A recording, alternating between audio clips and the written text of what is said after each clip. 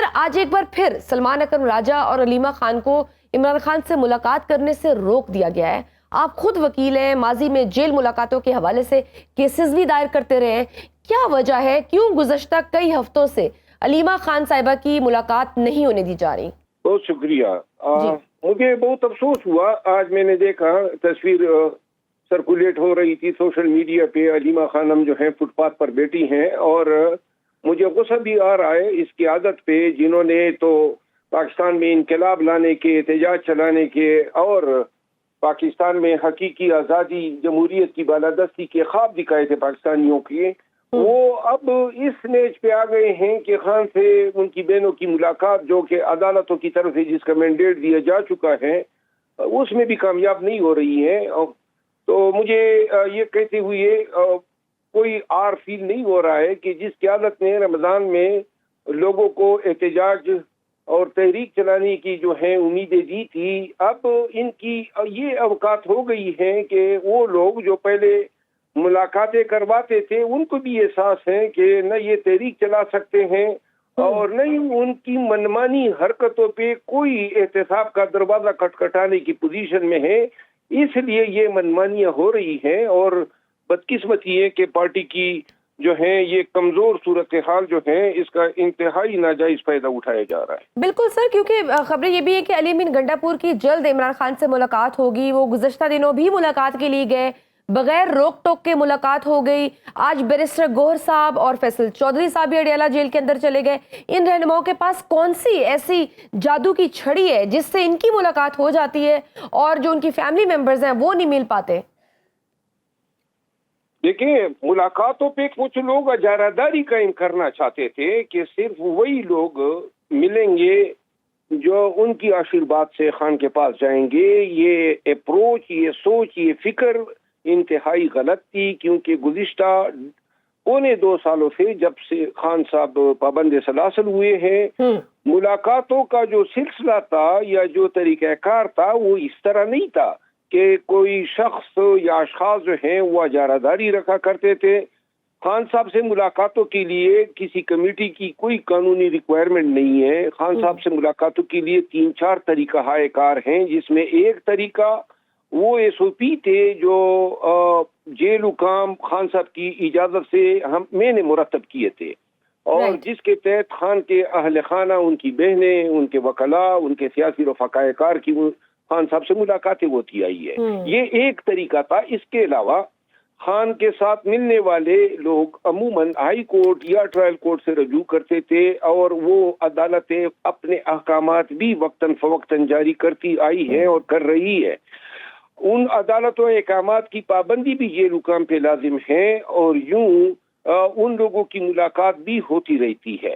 یہ دوسرا طریقہ تھا. ایک تیسرا طریقہ تھا جو خان صاحب جیل حکام کو کہہ دیتے تھے کہ میں فلاں شخص خاتون یا مرد, تو وہ لوگ بلائے جاتے تھے اور جیل حکام جو ہیں ان لوگوں کو رسائی دے دیتے تھے. تو لہذا آپ تو یہ کہہ رہے ہیں کہ نہیں, یہ باقی سارے طریقے چھوڑے, یہ جو لوگ ہم دے رہے ہیں کمیٹی طے کرے گی. بالکل صحیح. یہ بتائیے کہ مذاکرات ہو رہے ہیں نہیں ہو رہے؟ اعظم سواتی کی جب ملاقات ہوئی ان کا بیان سامنے آیا تھا کہ مجھے گو ہیڈ دیا ہے عمران خان صاحب نے کہ وہ جا کے بات کریں اور ان کو ٹرسٹ کرتے ہیں, جبکہ آج جب بیرسٹر گوہر صاحب باہر آئے ہیں انہوں نے کہا ہے کہ عمران خان صاحب نے تو کہہ دیا ہے کہ مذاکرات کے لیے انہوں نے کسی کو کوئی اختیار نہیں دیا. آپ کے خیال میں کیا کچھ ایسا مذاکرات چل رہے ہیں, کوئی بیک ڈور, کوئی بات چیت ہو رہی ہے؟ میرا خیال ہے کہ آج مذاکرات PTI کے ساتھ تبھی اسٹیبلشمنٹ نے شروع کی ہیں جب اسٹیبلشمنٹ کو ضرورت پڑی ہے, اور آج کل کوئی ضرورت نظر نہیں آ رہی ہے. تو لہذا مذاکرات تب شروع ہوں گے جب احتجاج کی تحریک چلے گی, اور جب تک احتجاج کی تحریک نہیں چلے گی کوئی بھی مذاکرات اگر ہو بھی جاتے ہیں تو وہ بلا نتیجہ ہوں گے. ٹھیک, کیونکہ اسپیکر قومی اسمبلی سردار ایاز صادق صاحب کہتے ہیں کہ امریکی وفد سے ملاقات کے لیے چیئرمین PTI اور چیف ویپ کو بھی باقاعدہ دعوت دی گئی تھی, لیکن وہ شریک نہیں ہوئے. کیوں تحریک انصاف کی لیڈرشپ ان ملاقاتوں سے کترا رہی ہے؟ آپ کے خیال میں کیا معاملہ ہوا ہے؟ کیونکہ ادھر سے وہ کہتے ہیں کہ ہمیں کوئی ایسی دعوت ملی نہیں, یہ کہہ رہے ہیں کہ ہمیں ملی ہے.